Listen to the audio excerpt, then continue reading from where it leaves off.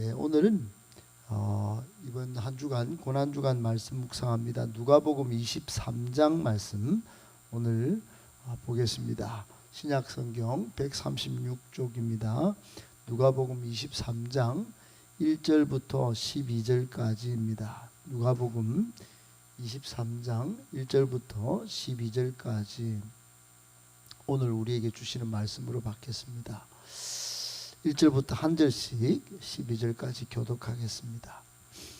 무리가 다 일어나 예수를 빌라도에게 끌고 가서 고발하여 이르되 우리가 이 사람을 보매 우리 백성을 미혹하고 가이사에게 세금 바치는 것을 금하며 자칭 왕 그리스도가 하더이다.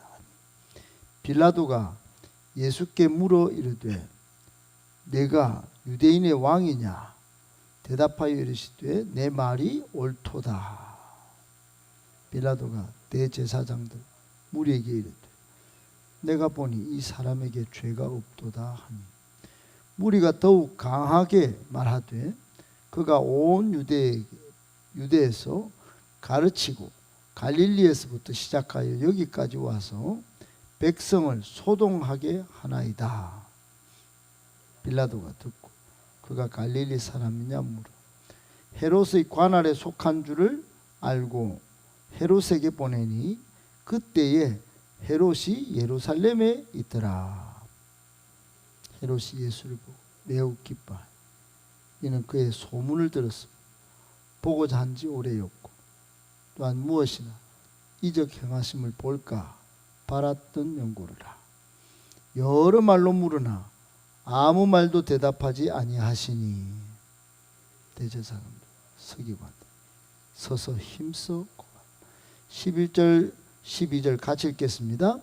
헤롯이 그 군인들과 함께 예수를 업신여기며 희롱하고 빛난 옷을 입혀 빌라도에게 도로 보내니 헤롯과 빌라도가 전에는 원수였으나 당일에 서로 친구가 되니라.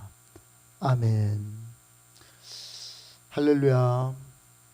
하나님께서 여러분에게 큰 복 주시고 또 순환주간을 맞아서 고난주간을 맞아서 예수님을 묵상하는 여러분 가운데 정말 신령한 은혜 풍성히 부어주시기를 예수님의 이름으로 축복합니다. 아멘. 오늘 본문에 우리를 향한 교훈의 말씀이 있습니다. 세 가지로 받고 그 말씀 붙들고 기도하도록 하겠습니다. 첫 번째, 거짓 증거는 하나님이 미워하시는 일이며 큰 징벌감입니다. 거짓 증거는 하나님이 미워하시는 일이며 큰 징벌감입니다.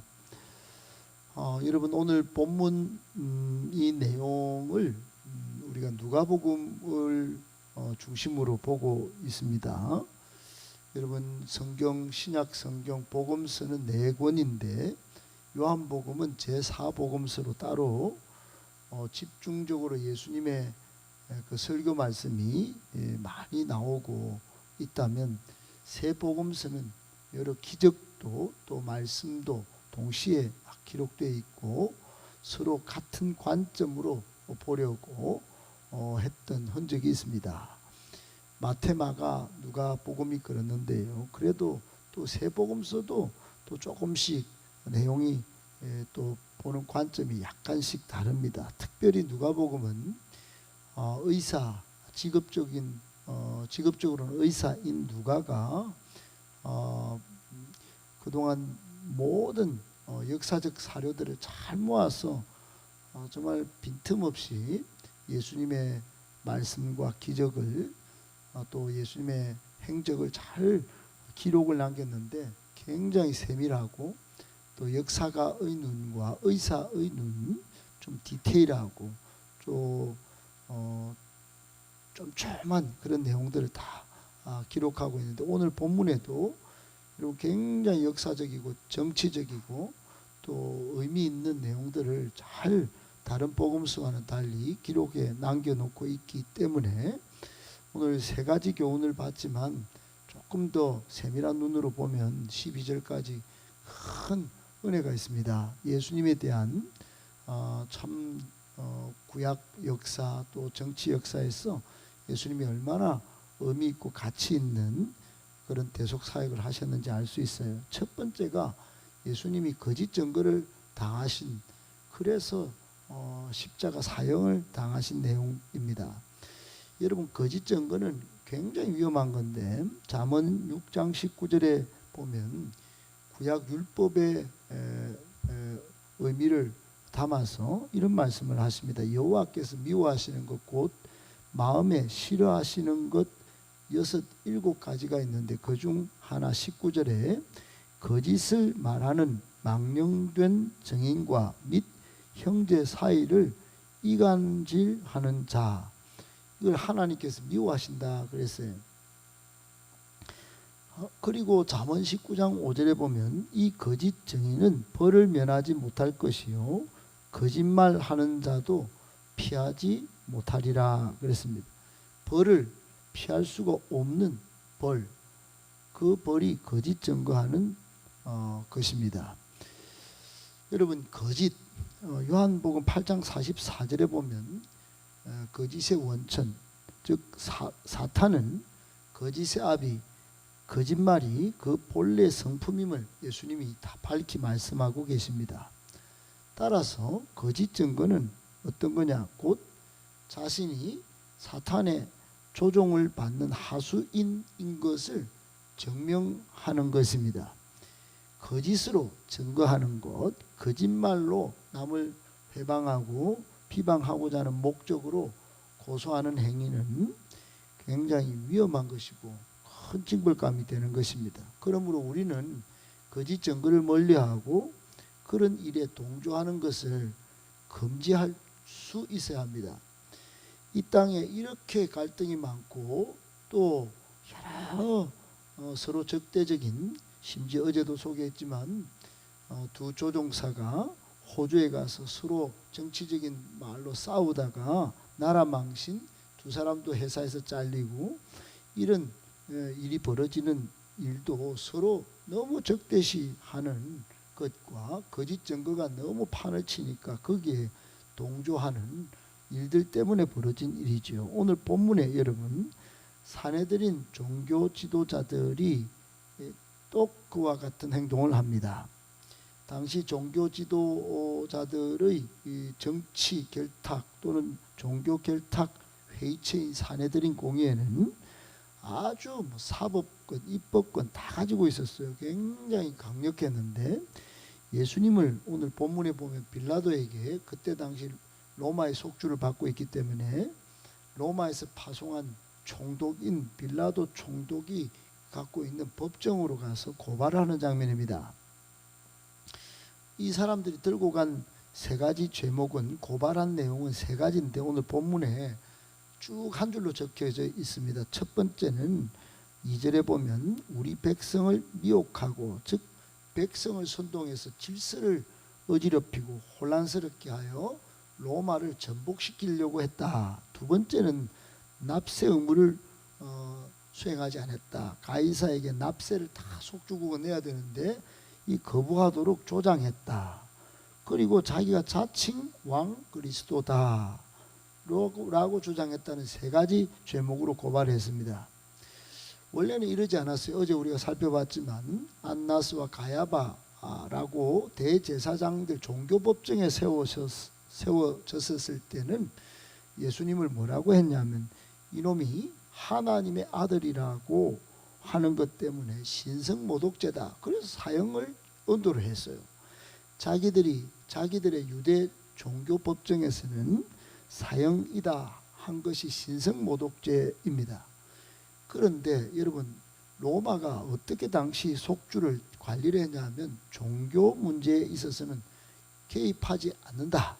불개입 원칙으로 종교 문제를 보고 있었어요. 그러니까 자기들이 아무리 사형 선고를 하고 신성모독죄를 해도 로마 총독인 빌라도와 그 정치법정은 이 첫 번째, 두 번째 문제를 가지고 오면 문제가 되지만 자칭 그리스도다, 왕 그리스도다 이것 갖고는 사형감이 못 되는 겁니다. 그 관리를 안 하는 거예요. 신성모독죄로는 사형 판결을 받아낼 수 없기 때문에 이 사람들이 첫 번째, 두 번째를 낑가는 겁니다. 거짓 증거한 거예요. 여러분, 그러니까 이 산헤드린 공의회는 이 거짓말로 예수님을 죽이려고 덤벼든 겁니다. 교훈이 뭘까요? 여러분, 이 배후에 사탄의 조종이 있다는 걸 여러분이 눈으로 이렇게 보고 간파하셔야 됩니다. 예수님은 죄가 있어서 당했다기보다도 하나님의 아들로 오신 그것을 드러내면서 사역을 하셨는데, 산헤드린 공의회는 로마 법정에 세울 때 사탄의 계략에 따라 하수인 노릇을 하는 이 사람들로 인하여 억울하게 사형을 당하신 것입니다. 물론 그것은 대속의 의미가 있죠. 여러분, 그러나 오늘 우리에게 주는 첫 번째 교훈은 결단코 이 거짓 증거하는 거 하나님이 미워하시는 일이고, 사탄의 하수인 노릇을 하는, 조종을 받는 일이다 하는 것을 꼭 교훈받고, 앞으로 우리의 입을 통하여 우리의 관계 가운데 거짓말로 증거하는 일을 절대로 하지 말기를 예수님의 이름으로 축복합니다. 두 번째, 예수님은 무죄이심에도 십자가형을 선고받고 참혹하게 죽임을 당하셨습니다. 예수님은 무죄이심에도 십자가형을 선고받고 참혹하게 죽임을 당하셨습니다.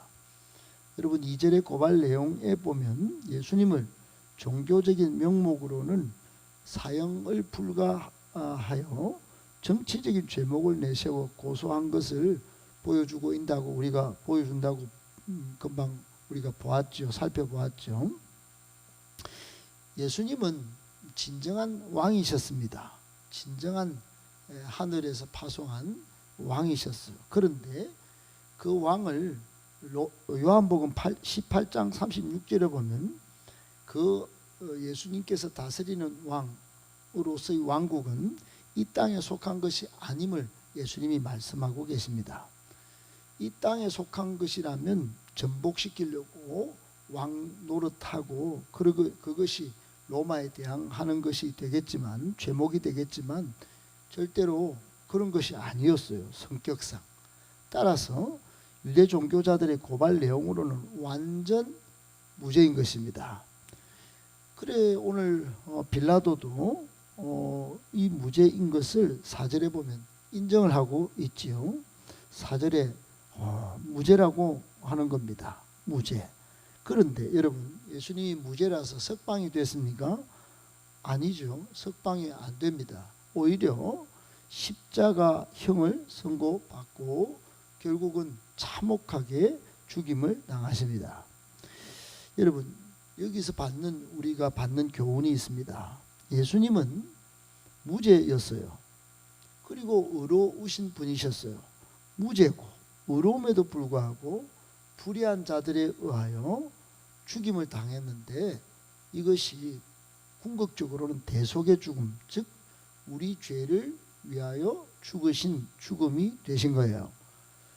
로마서 4장 25절에 보면 예수는 우리 범죄함을 위하여 내어줌이 되고 또한 우리를 의롭다 하심을 위하여 살아나셨느니라, 이런 말씀이 있습니다.